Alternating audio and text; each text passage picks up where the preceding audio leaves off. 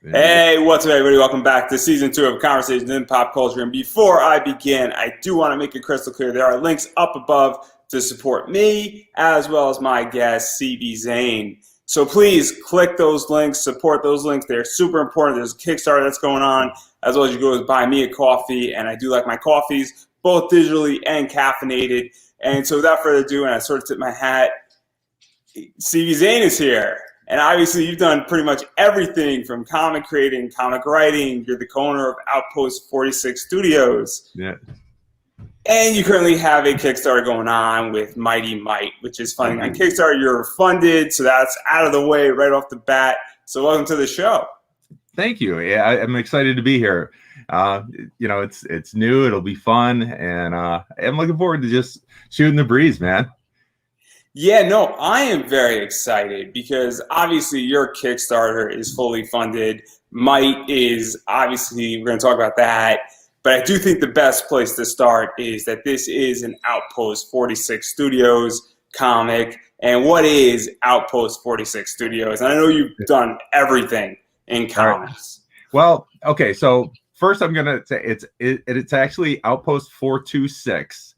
Studios, and there's a reason for it. The name comes from guy that I created it with is Mike Shoemaker, who he has actually written some Might, and he's written Scorpiana for us, I should say. And Outpost 426 is a mashup of two of our favorite movies, which is The Thing, which was situated in Outpost 31, and then Alien or Aliens, which was LV 426. And so that's where the name comes from.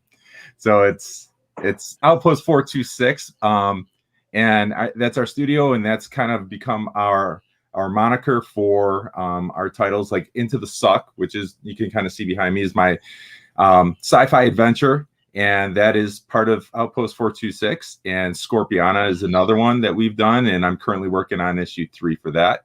And the Mighty Might, who, actually made her first appearance in Scorpiana #1. It continued with more of a more visceral, active role in part 2, in issue 2, and now she has her own book. And then so later on, let's talk a little bit about that, because obviously Scorpiana is a different book. It completely, obviously, basically, two sisters get kidnapped. One of them is experimented by these kidnappers. They sort of expect her to be dead, and well, she's out for revenge, finding her sister and to fuck up some shit.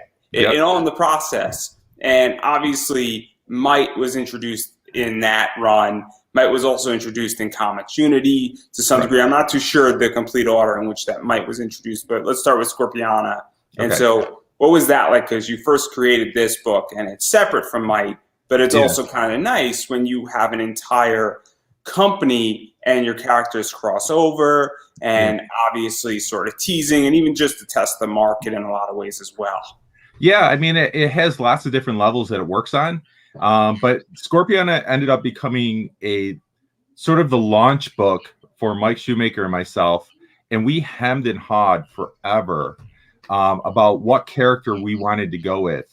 And actually, he's going to be releasing a character called Scarlet Steel, I think later this year.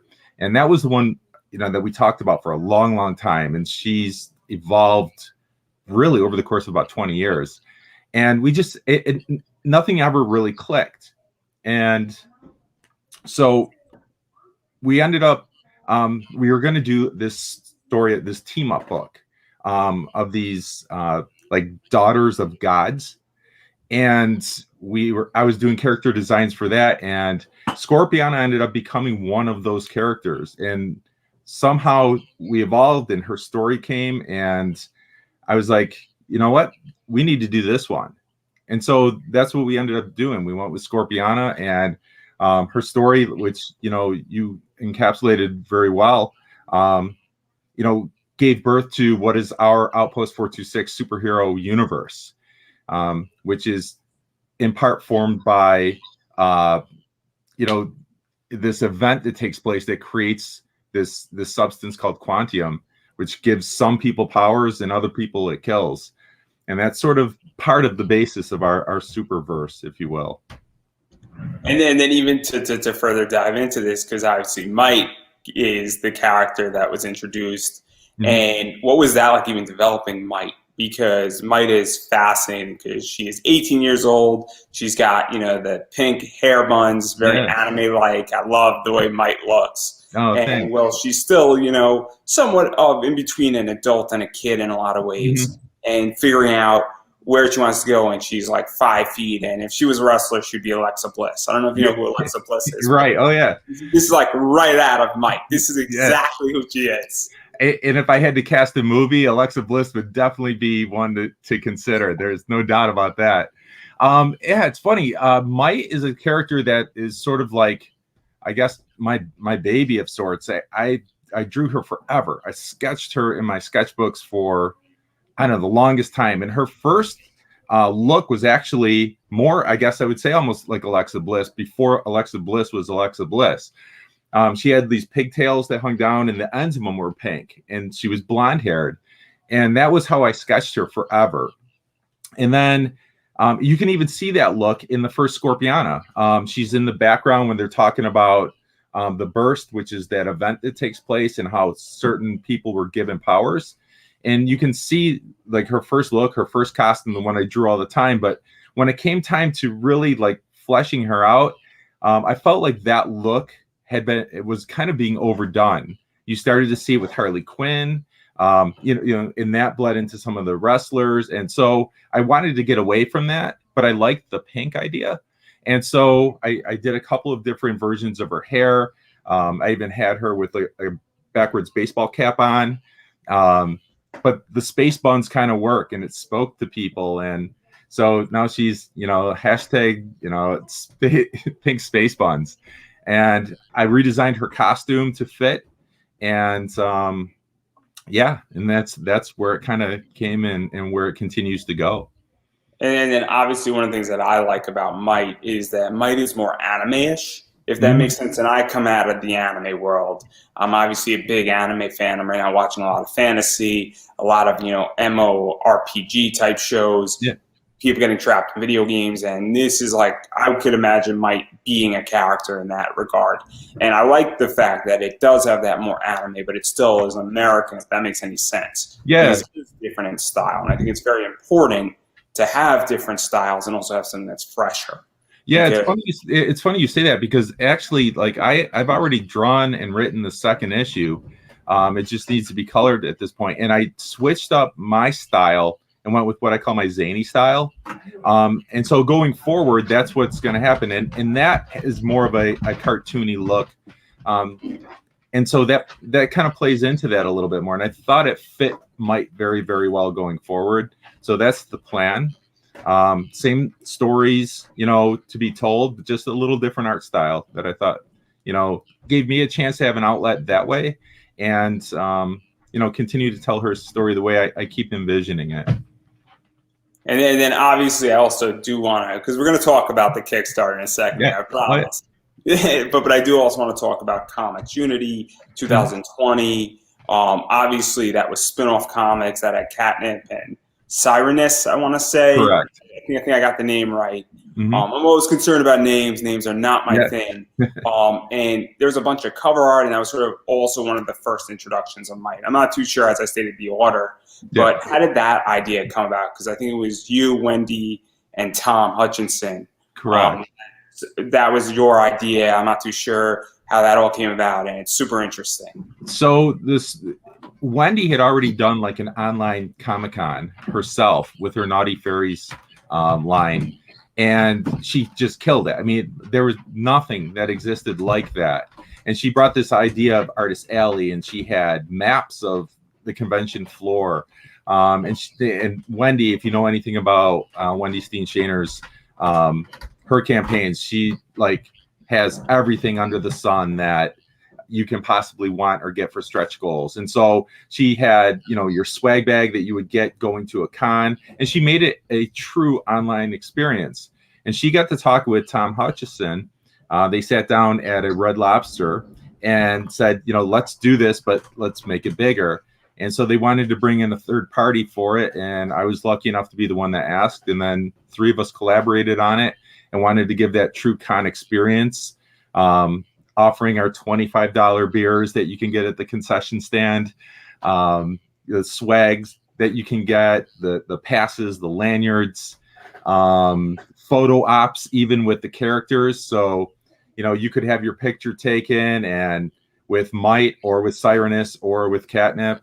So we tried to give as much of a con experience as we could. And, that was my opportunity to introduce Might, because when we first started talking about this, we weren't sure what characters we were going to go with. I think actually all three of us at one point were going to go completely different directions.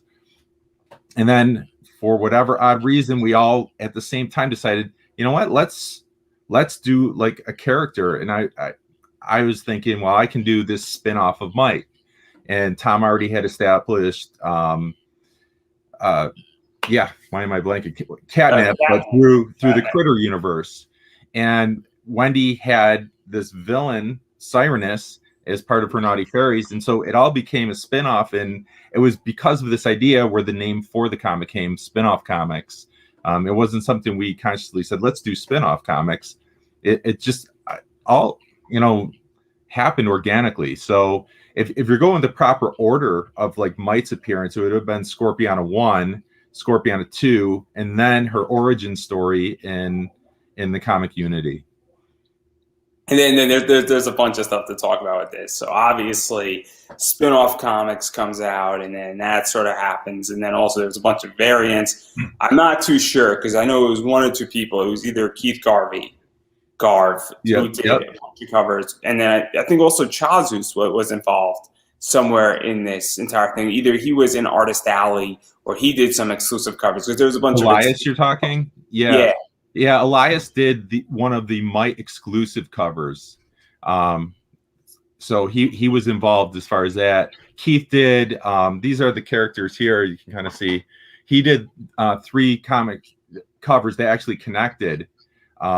So that was a huge thing. And then I'm trying to think. I did the main cover for the spin-off book, and we each had our own. I think we had 3 variants each, if I remember correctly. So I had Pedro Perez as one of mine. Elias was another one. We all had the Garvey individuals, or you could buy all 3 and have them connect. So, and we all had a Steph Wilson as well. And obviously, I don't know how well you know Wendy, and I'm not as familiar with Wendy as I am with Tom. And I know that you've been working with Tom since 2012, 2013. And so obviously, and I'm sure you've been working with Wendy for a while too. I just don't know that history. I'm the first person to admit when I don't know something. But what was that like, all 3 of you working together? Because obviously you've all crossed paths, you've all worked with each other. And even I had done a cover for Wendy prior to this, but I didn't really know her until we got to collaborating. And now Wendy is someone like I talk to weekly. I'd probably even talk with her more than I talk with Tom at this point. So she's an awesome, awesome person. She works hard at her craft. She has fun doing it. She just loves to create. And I think even more so, she loves pleasing the fans. And anyone who's dealt with Wendy and her Kickstarters, and she just goes over and above to get them things that, she thinks they'll like. So, but the process itself of putting things together kind of, like I said before, happened organically. It was just like, hey, what about this? What about that? And it wasn't even like we said, okay, let's put a vote to it. It was like, oh yeah, good idea. Let's do that. Or, hey, and it very, very easy going for the most part. And then obviously it was very cool, and I only saw part of it, and I was somewhat, looking at it. I just was taking a long break from comics. Yeah. Middle of 2020, and my bank account needed it too. I'm the first person to admit it. Yeah. Where I also needed a break from cons. I don't know how many people needed a break, but I needed this 15-month break. Yeah. But that's a different discussion for a different day. But even talking more a little bit about Tom, because obviously you have a book that's sort of out, that's sort of not out with Tom, and that's Kaiju Epic. Oh, and right. Obviously, that's very cool, and I know you've done some of the interior work, but you've also done, some other stuff. And this is from Oz, and I just picked this up as an add-on because I don't think you could back it individually. I think it was an add-on, Yeah. And obviously, it's cool. I don't know if it was an add-on first and then put up later on. And I think the Kickstarter is going to be fulfilled in July. Yeah. Yeah, Kaiju was something that Tom had released. It was probably a good year or two ago, I think. It had 3 stories in it, kind of like what Comic Unity ended up being, but each focused on a different kaiju. And I got the one that you saw there on the cover that I got to do, which took place, as you can see, carving into Big Ben there. It takes place in London, and it was written by Carrie Castor, and it was a lot of fun to work on a giant monster book.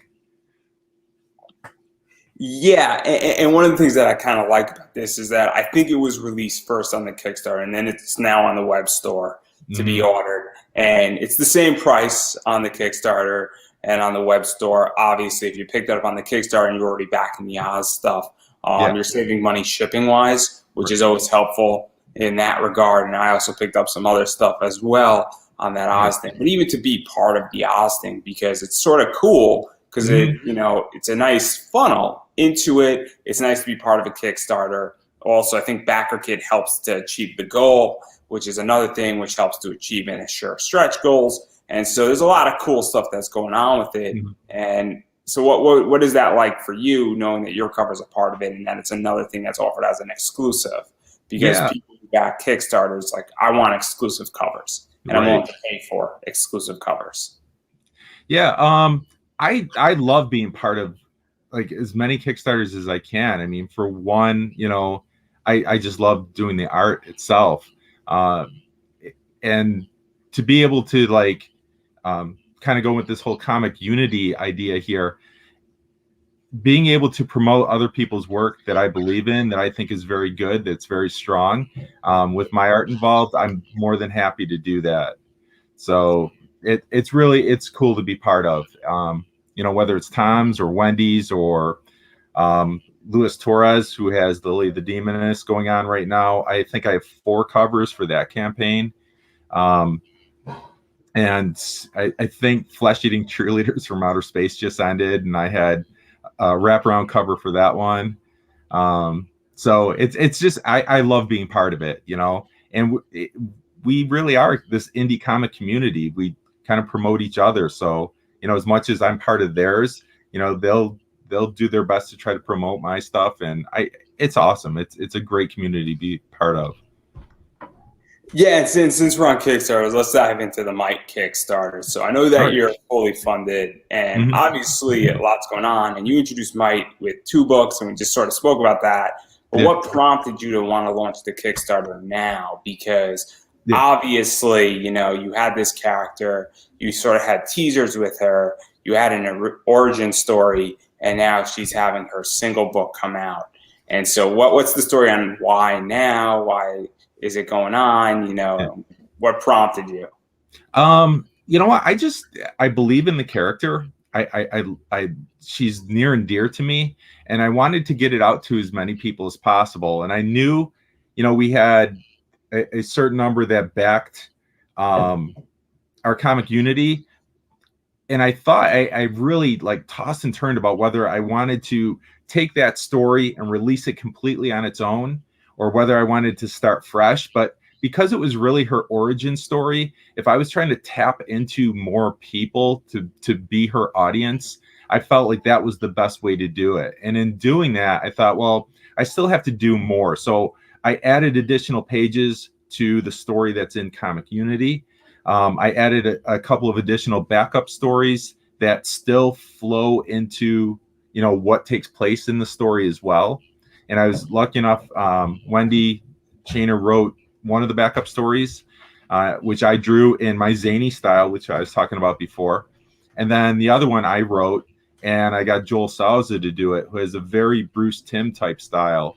And kind of going back to what you were saying about Mike feeling very anime look, I thought Joel's style fit very well, because it just reminded me so much of the Bruce Timm animation. And again, if I could create an animated series about Mike, it might look just like what he put together. So now this story, which was originally 20 pages in Comic Unity, is now a 36-page book. and it's issue 1 all on her own, and then issue 2 will pick up from there, and you know, we'll see how far it goes from there. And then obviously, as I stated, Might is a very interesting character because she's 18. Mm-hmm. I'm taking a leap of faith here, and correct me if I'm wrong, but she is in college or going off to college. You know, she's in more of an adult setting, Mm-hmm. and she's sort of in this weird thing where she is a superhero, but she's not a superhero, and she's kind of walking that line. And I don't know if there are superheroes in this world, but she has superpowers, and she obviously is on more of the side of good than evil. And obviously she has to deal with her powers, dealing with, you know, choices, dealing with becoming an adult, dealing with people maybe finding out who should know, who doesn't know. And what is that all like? Because it's kind of fun to have this type of story. And then you also have her being somewhat very relaxed, kind of fun to hang out with. And now she's also dealing with some serious threats, and well, there's some shit going on, for lack of a better word. So Right. a lot of interesting things going on but it's also, this book doesn't take itself too seriously. Right. Yeah. You hit on a couple of really key things with her. I wanted to keep the book fun. You know, where Scorpiana is kind of an R-rated title, I didn't want Might to be R-rated. I wanted it to be something that anyone could pick up and enjoy. I want her personality to be very bubbly. She's a very upbeat person. And I wanted her origin to be a little different than your normal origin, where like you have the nerdy, you know, Peter Parker who gets bit and doesn't know what to do with his newfound glory. Whereas Might, you know, in her origin story, it's her senior year of high school that she's just completing. And she's an athlete. She's a 3-sport athlete, even though she's, you know, and this is before, you know, you find out where the pink hair comes from and everything, but she's a 3-sport athlete. So when she gets these new abilities and this new strength, she kind of knows what to do because she's got an athletic base to begin with. And rather than being like, oh no, what happened to me? Like, what am I going to do? She's kind of like, this is really awesome. I can do cool stuff.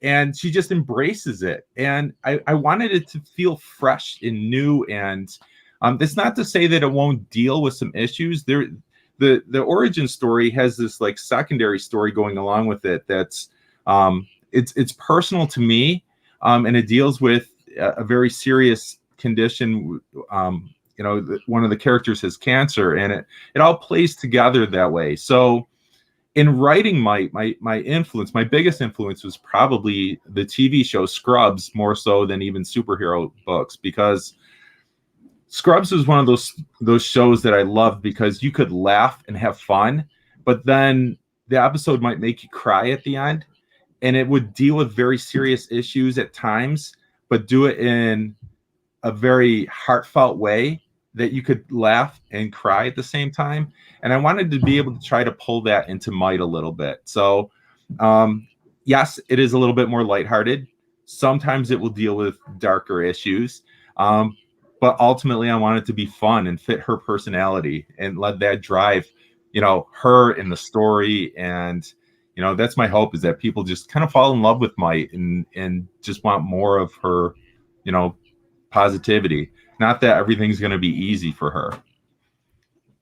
Yeah, and there's a lot of stuff, and obviously I don't want to push too hard because I want people to obviously back it, and so I'm not going to push too much harder into what's going on with it. Obviously, we're sort of dealing with her coming into these powers, and then you know, we're going to deal with the threats she deals with and everything that's sort of going on. But it is going to be that fun type of story. Yeah, it's kind of nice to have a superhero / superpower book that doesn't take itself too seriously. Yeah, because I read a bunch of dark books. Yeah, and I enjoy that stuff. And don't get me wrong, that's fantastic. But at the same time, I also like to read things that are fun. You know, I'm in the middle of reading Robotech right now, like the Centennials. So I'm going old school right now. Yeah. And I appreciate that, because like, and that's part of the reason with Outpost, like, I have Into the Suck, which can be edgy and it's sci-fi. And I love that component. I'm a huge sci-fi fan. But I also love superheroes. So Might lets me delve into the world of superheroes. And Scorpiano lets me dive into something, the edgy superhero verse, you know? And then, you know, there's so many other things I want to be part of. Like other things, like I do want to do a darker story. At some point, I would love to do a grindhouse comic type thing, which is just like a blood fest where anything goes. And someday I will do that. And then I have a very mature title coming out later this year called Black Rabbit, which allows me to explore that realm of things. So it's nice because it gives me creative outlets like all over the place. And that's something I'm really, really like happy about and glad that I have the opportunity to do. So obviously, we're going to talk about some of this stuff if we have time. So I don't want to make any promises, anybody, but I do want to talk about the rewards because I know we have plenty of time for that. So obviously, Kickstarter is one of the draws for me with a Kickstarter is cover work. It's a variety of other stretch goals, and it's also the fact that, you know, I'm assuming when people run Kickstarters that I'm getting the best deal possible on a Kickstarter, and that's what I expect. And you offer a variety of things. So one of the things that I like is that you offer a digital copy. And so I think digital is massively important because usually digital is cheaper. And sometimes I can't afford to back a physical book. Right. But I can afford to back a $5 or $6 digital book, or even a $4 digital book, or sometimes people throw a $2 digital book. Right. And I don't know if I'm ready to, you know, back a physical book at $20 or $30 because it's a commitment. So I like that, but I also like the fact that you have all these covers, and we have the ability to do pictures, which is awesome. And hopefully my pictures are correct. And if they're not, well, let's pray that I can do something right here. So I believe this is cover A. It is. Yep. And this is my cover for it, colored by Elenia DiNapoli, who is one of my favorite colorists to work with. And I know you've interviewed Sanju, and Sanju is another colorist I love to work with. But Elenia just seems to work well with my line work. So this is the main cover. And it kind of captures everything I wanted it to about Might. So so obviously this is the main cover. I like this cover where she's like holding up the hand, and the hand is like plant-like in a lot of ways. And so it's kind of a crazy cover. It also sort of says, I think, what Might is about. You know, I think this is one of those things, and you have, I think, 9 or 10 covers. So obviously, as we're about to go down the route here, we're about to see that some of these covers sort of go a little bit away from what Might is and just show off some awesome art. And so I think this is cover B. Yep. And this was mine that I actually colored. And this is one I just, you know, talk about Might being positive. Like I always think of her as the ray of sunshine if she's around people. And so I played off of that idea and just did the sunshine cover.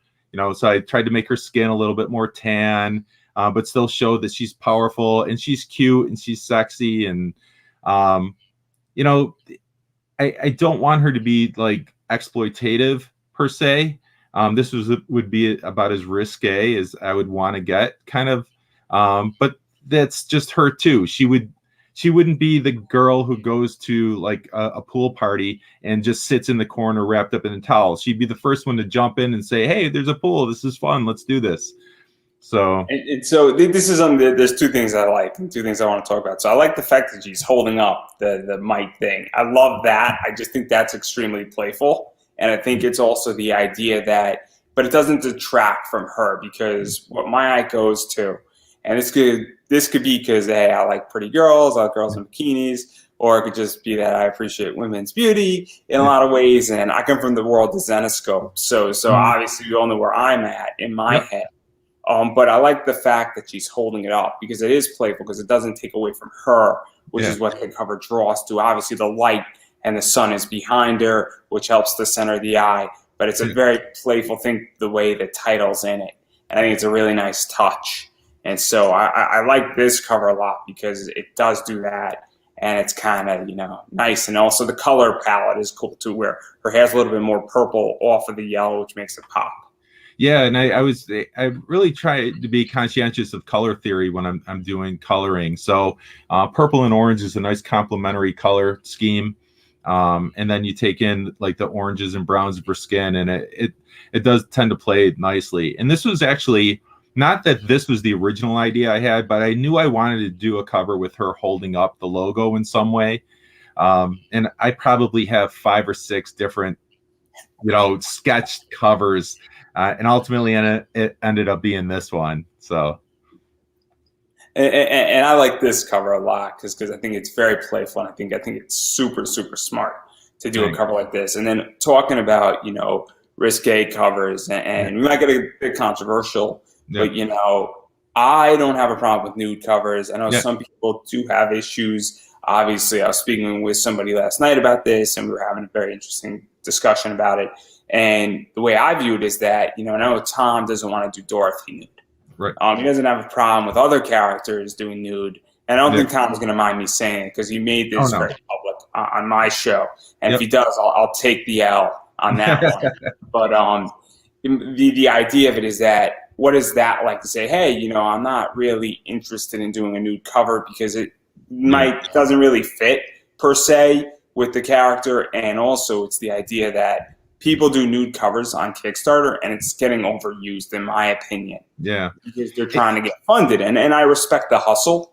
Yeah. But at a certain point, the integrity of the art. Because I feel like if you did a new cover of Might, a bunch of people would probably appreciate it, but it definitely is not to her character in a lot of ways. Yeah, I've said I really don't think I'll ever do a nude version of Might cover. It doesn't fit what I want the book to be, and you can still be sexy and playful, without doing that.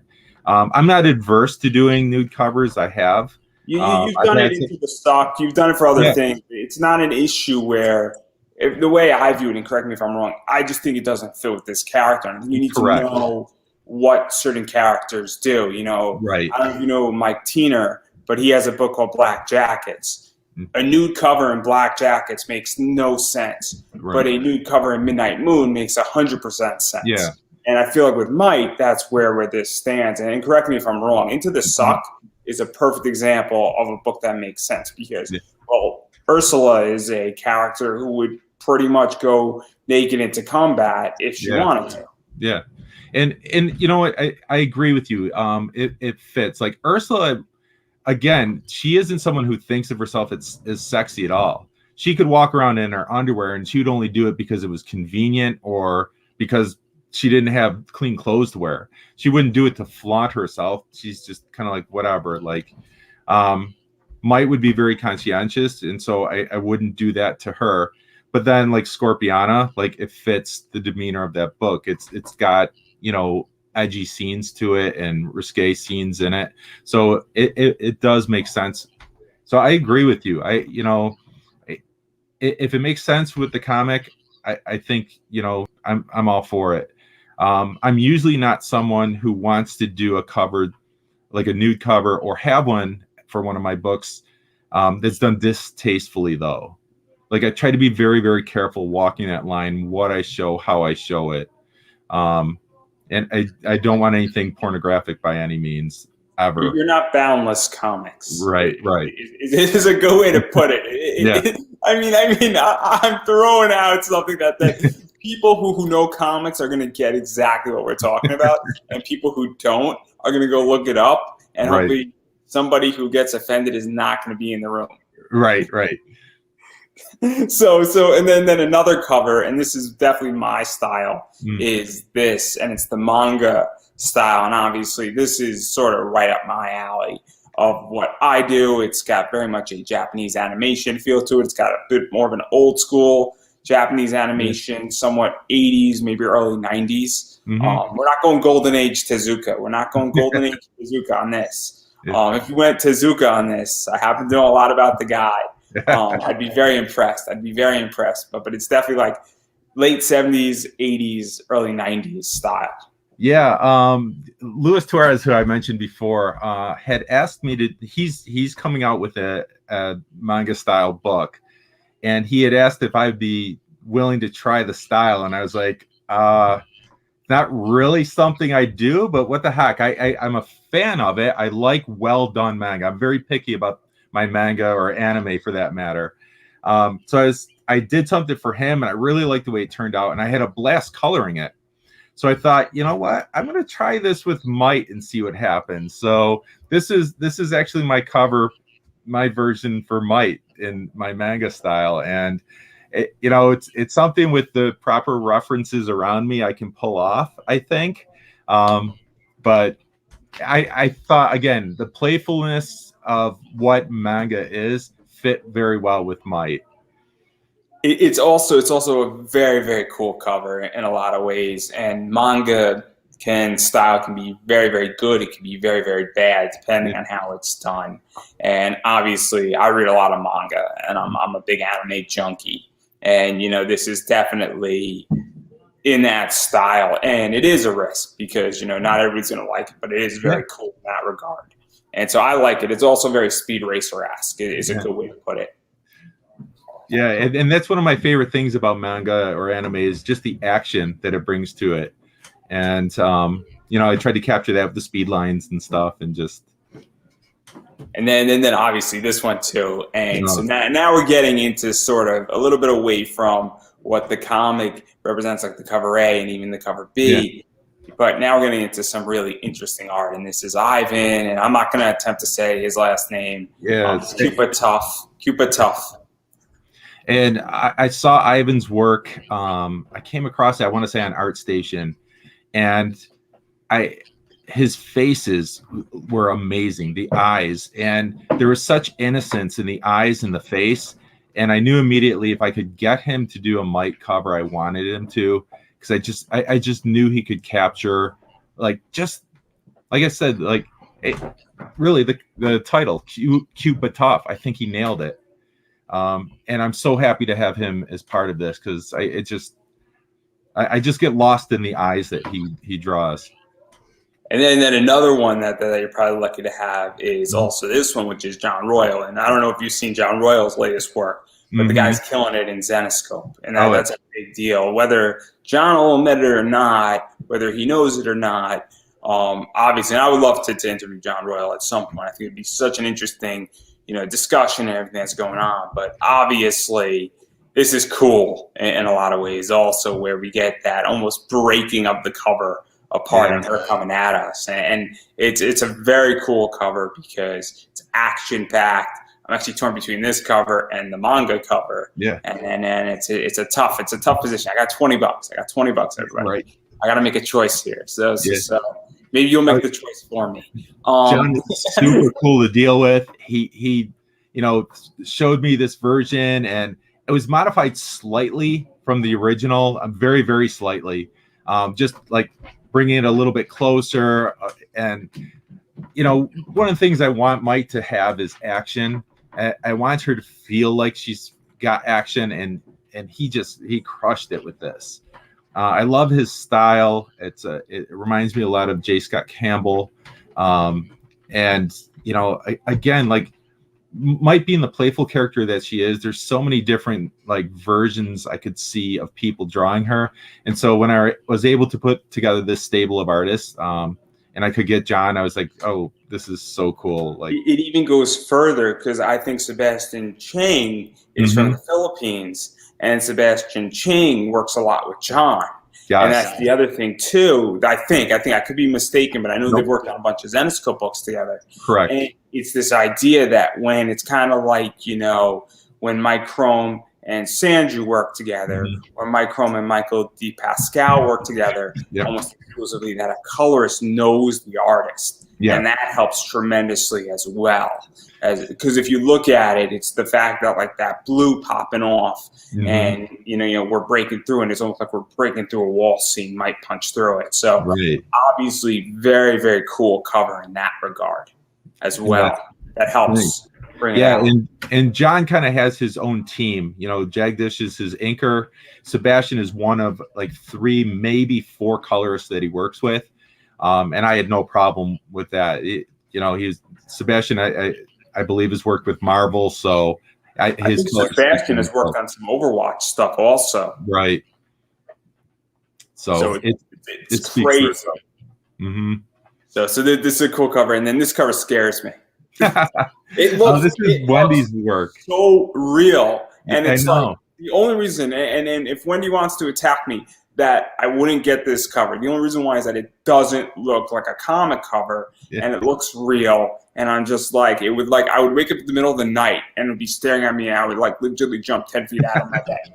Like, and it's like Alexa Bliss with pink hair in space buns. Yeah. Is this cover? Yeah, Gone. She does that 3D, like, with the Photoshop, and it's amazing. This is one I've talked about it before. If you could ever zoom in, like, the skin has texture to it. It's just incredible. It almost looks like action figures. Yes. In the depth that's with it. And one of my favorite things I talked about too with this is that the background, this is Mite's prom, and it takes place at an aquarium, and you can see the huge tank behind them. It looks like sharks. Yeah. Behind them. Yeah, it's like whale sharks swimming. And I love this style. And it's another thing, like, when I offer covers, I want to be able to offer a variety, because kind of getting back to one of the things you're saying, like, do you go with the John Royal, drawing, or do you go toward the anime style? And everybody has their little niche, that they like. I'm just a fan of all different types of artwork, so I try to offer that to everyone too.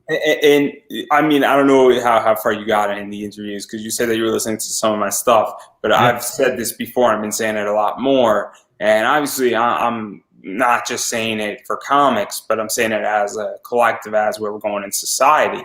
There's three things that are determining the future of society. It's on demand.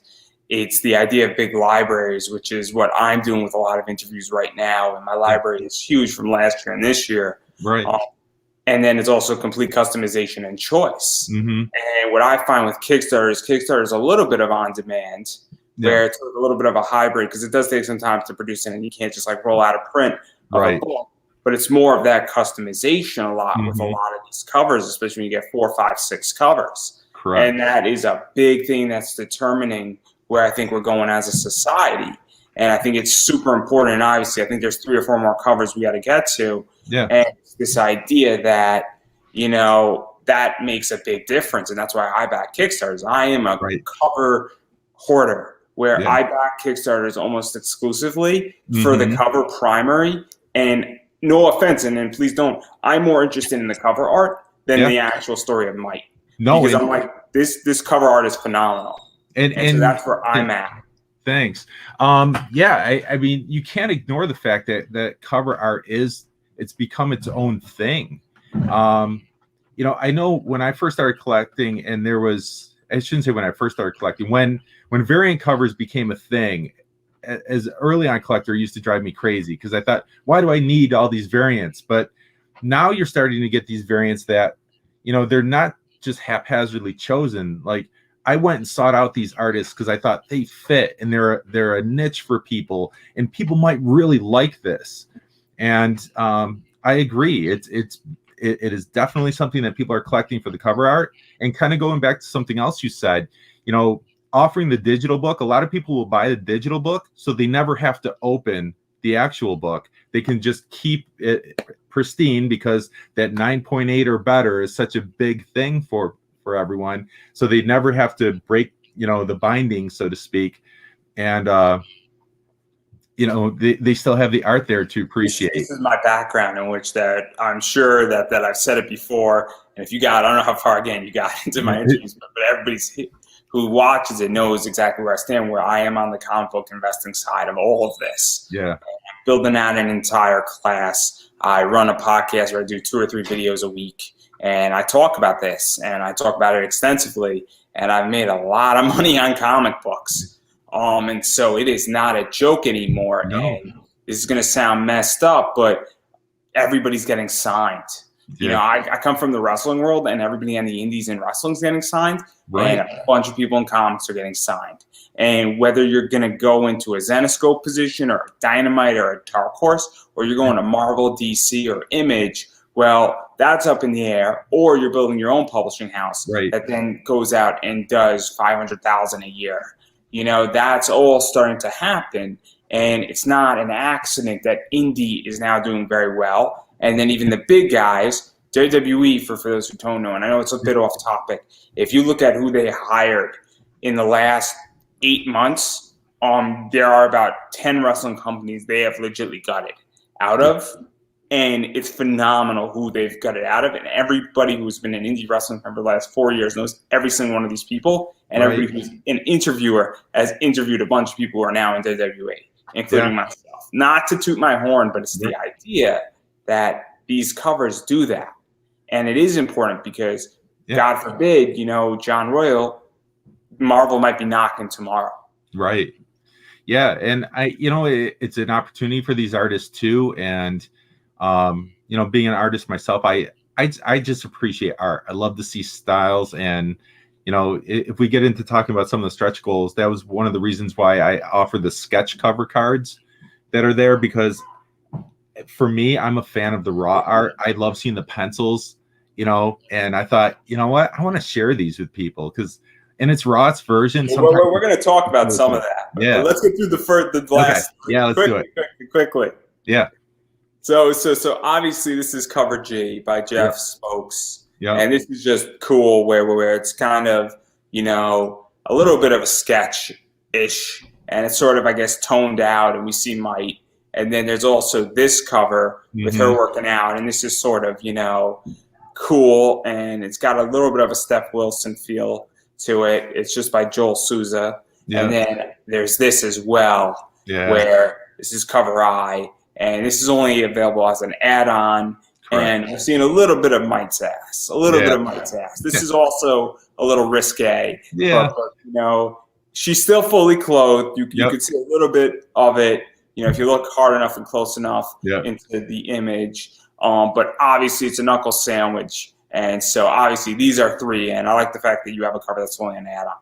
Yeah. Because I think that also makes that cover a little bit more interesting, where you can't back it individually. And I will say this also, I believe every comic comes with one of these as well. Yes, it does. If you back a physical purchase. And then I also think there's a digital copy, if I'm correct, included in every single order. So this way you don't have to open it up, which I like too, because no offense, I don't really like opening up my comics.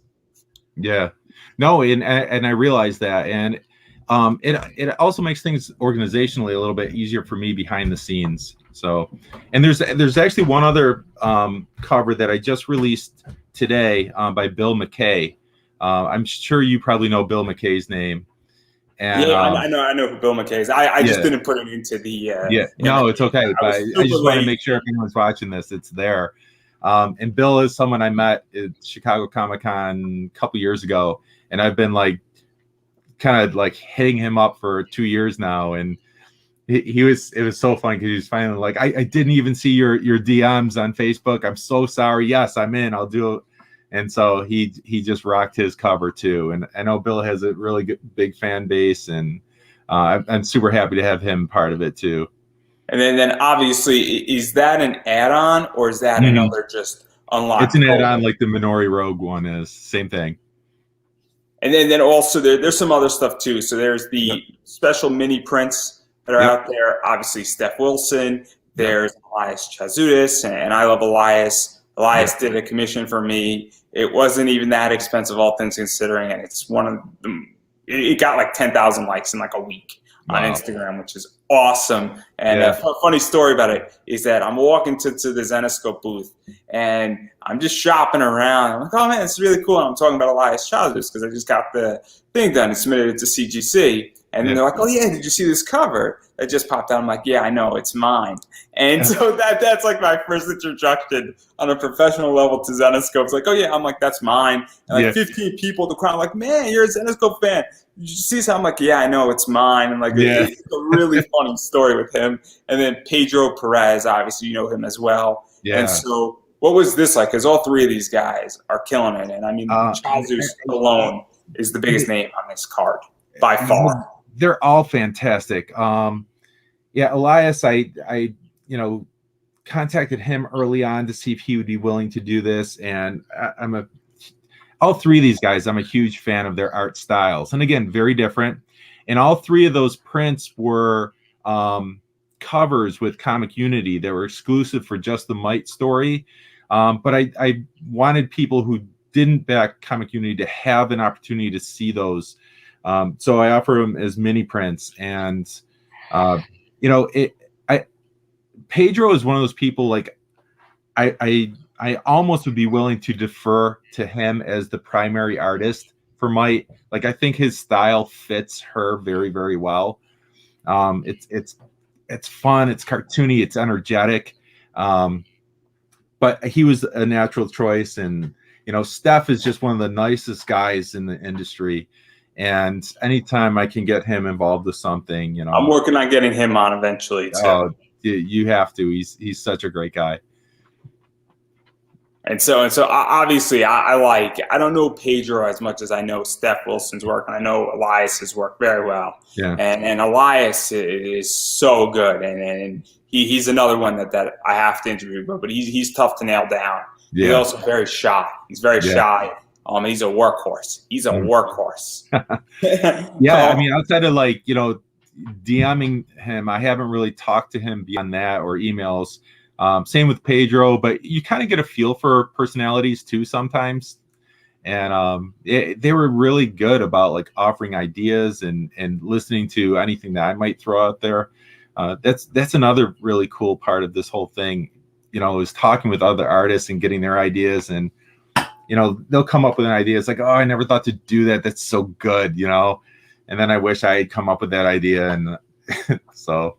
But isn't that what it's about? Because I speak to other people and podcasters, and I'm not a comic writer, I'm not a comic artist, but obviously I'm in a creative sector. And I talk to a bunch of people. I'm in a fantasy wrestling booking group, and that's always fun. And obviously we throw things out and be like, oh man, I didn't even know you could even think like that. And it's always fun when you're doing stuff like that. And I do a lot of panels on different topics, and I speak to a bunch of people, and they're like, oh yeah, you just think about doing that. I'm like, that's a great idea. And I openly say, I didn't think of that. Yeah. I'm going to figure out how to incorporate that if you don't mind. And it's wonderful. And obviously, when I usually give, with my commission with Charles, I said, hey, this is what I want. Yeah. You did a cover called Firefighter Sexy Samantha. This is Van Helsing. Have at it. Yeah. I just want her to look sexy, but I don't want her nude. And that's all I gave him. And I let him run with it, because guess what? I'm not going to tell an artist how to do their job. Yeah. It's funny. Some artists work better with a very detailed list of what to do. And some you're better off just saying, do your thing. And ultimately, I want an artist to be comfortable. I want them to want to do the work. So I don't ever want to be so restrictive that they aren't doing their thing, because obviously that's what makes them great. So go be Elias. That's what I want for my cover. Be Steph Wilson. You do Steph Wilson so well. That's why I want you. So, and I always think of piggybacking off what you're saying. I remember watching, it might've been Last Comic Standing. But I remember Joe Rogan was a judge, and somebody made a joke, and one of the critiques after his routine, Joe Rogan said, that joke you told about whatever it was, he goes, that was one of those jokes that was so good that it makes you wish you had written it as a comic, as a comedian. And that line always stuck with me. Every once in a while you see a cover and you're like, why didn't I think to do that cover or that pose? And so again, it just becomes inspiration down the road. And that's why you let artists do what they do. And when they come up with something that you just your jaw drops, you're like, yes, that's perfect. And obviously, I love all of this. And obviously now we can talk about stretch goals. There's a bunch of stuff going on. I don't know. I don't even know how this all is working. I know you got some a tarot card sketch cover. You got some extras by Joel Souza. I know Wendy was something. I know there's a bunch of, sketches, stuff that comes out. And I don't know the full extent of how this all works. I know the poker chip has to be unlocked, which was taken out of Tom's idea. I know that. I know where that was stolen from. Yeah, the poker chips though are really they're really popular. And Tom would be the first one to tell you, you should do poker chips. They, people love them. They love collecting them. Whether they use them or not, I don't know. But, you know, to me, if I'm going to do a stretch goal, I want to offer something that people will like and not something where they're going to be like, oh, great. And they toss it over their I'll tell you shoulder. my 3 favorite stretch goals. Yeah. I like the poker chip because it's just cool. It's easily storable. I like magnets because I have a refrigerator, and I like metal cards because I like metal cards. Those 3 are my favorite thing. I am not stickers are okay. I have no use for a sticker. I have no use for a bookmark. Right. If you want to throw an extra book in there, I'm cool with that. If you want to throw, you know, a signature on a book, that's fine. That doesn't mean anything. In fact, I actually don't want you to sign my book, to be honest. Right. And I hate when people do it. It actually annoys me more than not. But those 3 goals, because a poker chip is cool, and then if you have 15 of them from 15 different Kickstarters, now it's a collection and it's easily storable. That's the thing for me. Yeah. Playing cards are useful for me. Anything beyond that, like that's, and look, I'm cool with stickers and all that stuff. Yeah. But like, or even like a coaster, like a little cardboard coaster, that works for me because that's useful for me. And I'll have my friends over and like, oh, this is cool. What is this? Yeah. Like, and that's what's fun for me. Yeah, I think conversation pieces are really cool too. And you know, the struggle with stretch goals sometimes is there's a lot of really cool ideas out there, but like, how do you ship them and still keep your costs down, especially if it's something bulky, because then that changes everything that you have to do. So sometimes you have to think that way. I know a lot of people are card collectors, which is one of the things I wanted. And I know, like, going back to the idea of, you know, people collecting comics for the sake of the covers. That was one of the reasons why the stretch goal I came up with was to show the original art. I mean, it's the art that I received, you know, that really kind of fleshed out the cover. And that's what I created the cards with, so that people could see like the sort of the initial renderings that I received, to see the process. I'm about to ask a really stupid question, so forgive me. Oh, yeah, go for it. Are these open to purchase, or is this just added on? Because that's where I got confused massively. The cards themselves? Yeah. It's, if the stretch goals hit, it's free. It becomes part of your package. That was my question. Yeah. Because very confusing. I understand it's a ridiculously stupid question, but I've seen stretch goals that, you could purchase this now versus saying other stuff. But obviously that's clarified, because I was confused with things. Other people are confused too. Yeah, unless I'm the odd man out. That's how the stretch goals work. If you hit that mark of, you know, whatever, 8,000, then everyone who's a physical backer gets that item. Yeah, I'm well aware of how stretch goals work, but I've seen it the other way around too. Oh, okay. And I've seen it also with exclusive variants being unlocked to be right.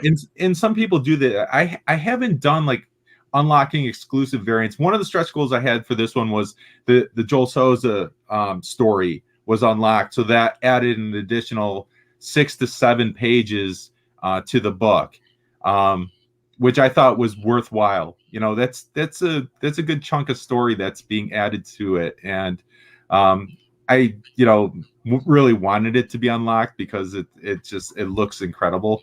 But yeah, and then like going back to what you were saying about, you know, easily stored, I think the cards do that themselves, and you know, having like say a poker chip from all these different you know, Kickstarters. That's one of the things that's cool about the tarot card, which was the first stretch goal we had by Becky Fuller.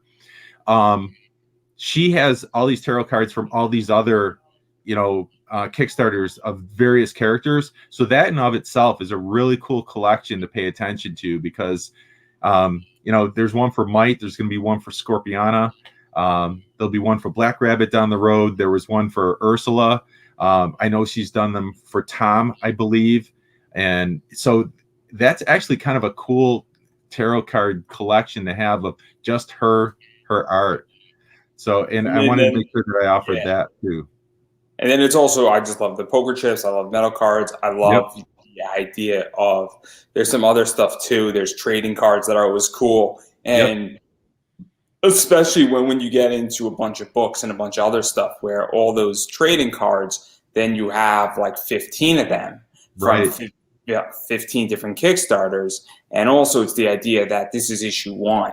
Yeah. And so obviously if there's poker chip 1 from you, and then people have collections, and if people have been backing Tom, and Tom's a good example.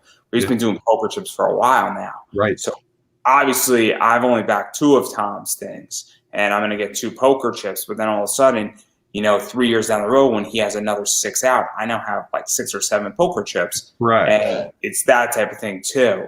Yeah. And that's super, super helpful. And obviously, I'm in it for the comic. I'm looking at it from that perspective. But it's always nice to receive something that maybe you couldn't get at a con. Right. Oh, yeah. And it is like sort of a mini con experience where, you're only going to see them really on that Kickstarter. Maybe if there's a con and I bring some along, there might be some extras. But other than that, like, it's pretty exclusive for the most part. And there's not going to be a reprinting of them anytime. This is it. So. Yeah, it's one and done. And it also rewards people for backing.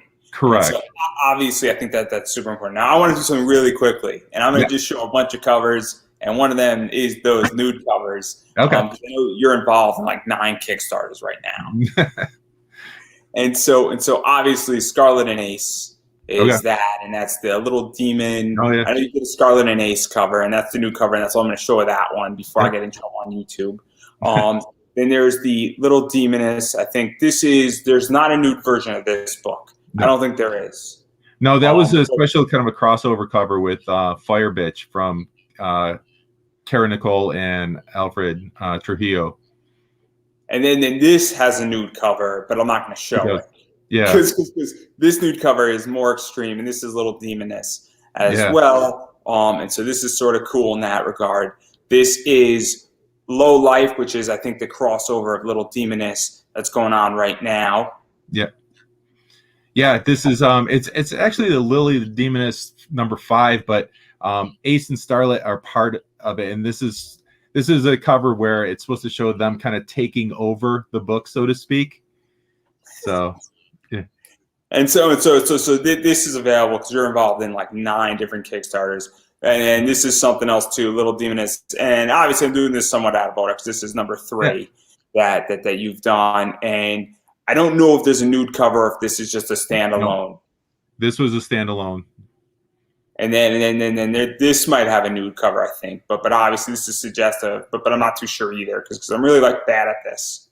Actually, I don't think that one did have a nude cover. I think we just kept it kind of sexy like that, if I remember correctly.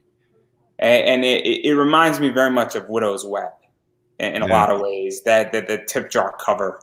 Oh man, I love Autumn Ivy and Raven Gregory, and I think DeBaffo did that cover. So really, really cool covers, and I like this stuff. And obviously, I just wanted to show this stuff because it's relevant right now with what's going on. And obviously, you're involved in like 10 other Kickstarters, and I don't even know half of them because I'm unprepared. It's all good.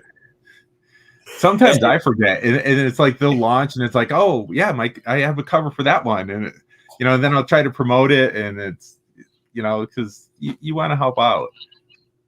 And so obviously I just mentioned a bunch of stuff. Obviously there's new covers, regular covers, and you've been all over the place. And I know that you have a relationship. I think it's Luis Torres, and he's from. I'm getting the name right, everybody. I'm being a responsible adult. I think it's Code Entertainment. Kodaks, and so obviously they do Little Demoness. They do, I believe, they do. I can't even remember the name here. What Necropolis? I want to say Necropolis. Yeah, Tales from the Necropolis, which is an anthology. I can't read my questions today. Clearly, I can't read my questions. It's all good. And they also do pretty much Ace and Scarlet, and I know Sapphire Nova, who was on like 2 weeks ago or 3 weeks ago, did the cosplay cover for them. And so obviously it's pretty cool when you're a part of that company and really doing a lot of cover work for them because and you'll be interested. Pay attention because Lewis has really gotten into the whole manga world.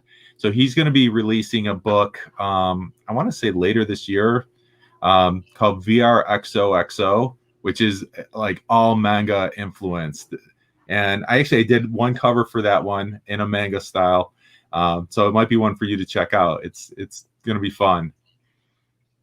Is it like an MMORPG? I couldn't even tell you.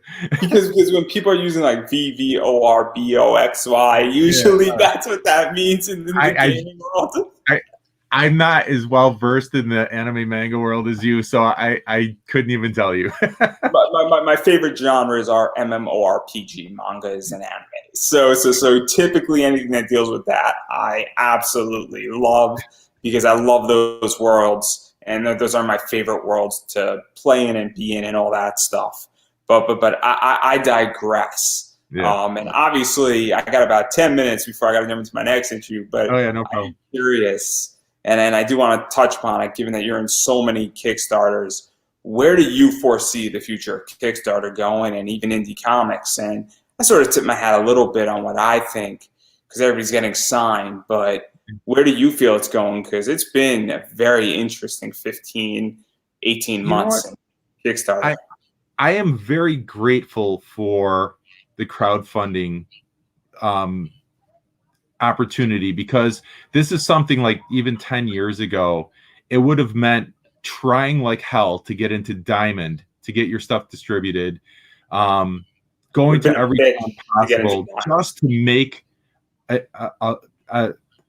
inkling of what you could. But now this has become global. It's amazing when I look at the places I'm shipping to: India, Australia, Canada, all over the United States, Europe. It's so cool to be that, and then to work with people like Sanju. Like, I work with him, and he's from India. Yelenia Di Napoli is from Italy. The colorist for Might is another Italian colorist, Andrea Celestini. Gat Melvin, who has done a lot of work with Tom and has done some cover colors for me, is from South Africa. And it's just amazing to be a part of that. And I think, I don't see Kickstarter like stopping anytime soon. And maybe, to use a wrestling analogy, maybe in a way, Kickstarter and crowdfunding, being a vehicle for the indie world, is sort of the NXT to DC Marvel, or to the WWE of sorts. It certainly is a contained place where I would assume Marvel, DC, IDW, you name it, Dark Horse, can go and say, hey, that's an artist, that's pretty cool. And also, I think some people are saying, I don't want to be in the big leagues because I can make more money on the indies. Correct. There's a wrestler named Effie. Effie's killing it right now. Effie will make more money on the indie scene than in WWE, even if they offered him $1 million contract per year. And I could see that. It does make sense. And you're playing by your rules if you're making your own book. You have control over your characters, which was the whole thing with Image back in the day. So yeah, it's really it's interesting, and I'm really happy to be part of it, because I think you see it. Indie comics, with everything, there's good and bad, there's pros and cons, but I think there's a lot of quality out there. I think people who haven't explored indie comics still have a stigma about it's a black and white ash can and that's all it is. And I like to think that I'm putting out some pretty good looking books, and there's a lot of other people doing it too, and they're worthwhile to read and look at. A lot of good stuff is coming, and I mean, this year alone, I can name like 15 projects that are amazing, and they're coming later this year down the road, and it is insane what is out there. And those books, if you told me AEW would have a comic book, I wouldn't have believed you, done by a bunch of good people, and especially good indie people. I think, what is it, Dirk Manning, I want to say, wrote it. Oh, is he? Dirk's a great guy. And so it's a big deal for him, because that book did like $120,000, $150,000. It had a lot of push behind it. When you have Cody Rhodes, one of the vice presidents of that company, pushing it, and you have enough push and enough pull to do something special with it. And you have Jim Ross doing something special with it, and a bunch of other people, that's okay, and a lot of manpower. But nonetheless, it could have blown up very much the other way too, and Sure. not moved, even with all that press. Yeah. And it's very cool in that regard. So I'm excited for Kickstarter in a Yeah. lot of ways, and it's just but there is some bad actors still on Kickstarter. It's just like everything else. But kind of like when you're watching TV, you have the power to change the channel. So if you don't like something, you don't back it, and if you do, then you do, and hopefully that leads to more. And that's another great part of Kickstarter. The only thing I can say is I think it's going to evolve into something that is much more maybe user friendly as it continues to progress. For people who are backing and for the people creating the campaigns. And maybe there'll be more, vehicles like Indiegogo to compete. But we'll see. But I don't see it going away. It's just opened up so many avenues for people and beyond comics. I think that in a lot of ways, free market determines, because everybody who's been on Kickstarter for the last 4 years has backed a project that hasn't fulfilled. Right. And I have, and I would say 98% of what I back fulfills, which is a really good number. But I'm also very selective. And I think it's important that when people don't fulfill and then they say something else happened, well, that gets out into the free marketplace because of Facebook groups and a variety of other things, and that sorts itself out. But that doesn't. And one of the things that Kickstarter needs to deals with still is making those people who don't fulfill more accountable. Right, I agree. That's the only harp about Kickstarter, is that they don't take accountability when somebody fucks up. I agree, and that's one thing that I am always super paranoid about from my end, about making sure that my backers know, like, if there's something slowing things down, you're going to know about it, because I am never going to not fulfill, what I said I'm going to. And that to me is cardinal sin number one. If you don't do that, like, you shouldn't even be allowed back on Kickstarter at that point. Also, there's communication issues. I've been waiting on a book that was supposed to come in April, and now it just got shipped out 2 weeks ago. And I'm not angry at the person, and the person knows, and I'm not going to mention who it is because the book's coming, but it's still annoying that you are 3 months late. Right. Okay. It's significantly a problem. And that's another thing too, where I don't think you should be canceled per se or penalized, but you should let me know. But that's a personal grief.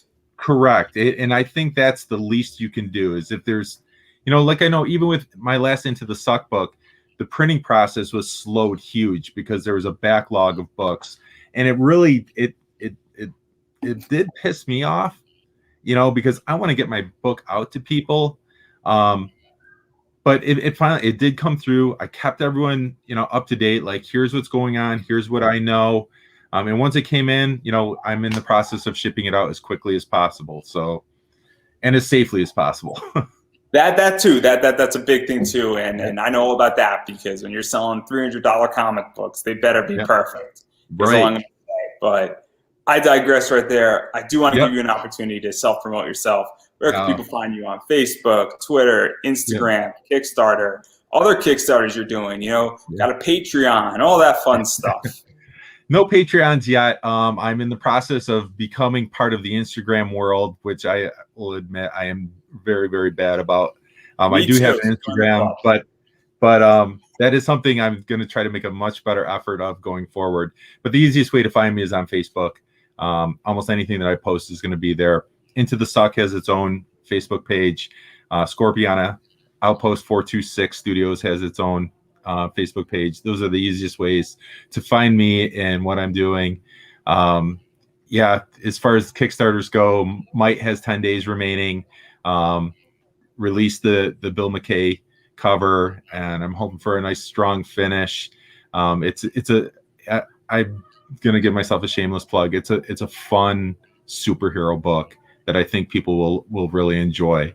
And then, Into the Suck will continue, but probably not until next year. Scorpiana 3 will be released this year. Black Rabbit later this year. Wendy Steen Shaner has her Naughty Fairies books, and I have a cover for that, and I'm just about part of any of her campaigns.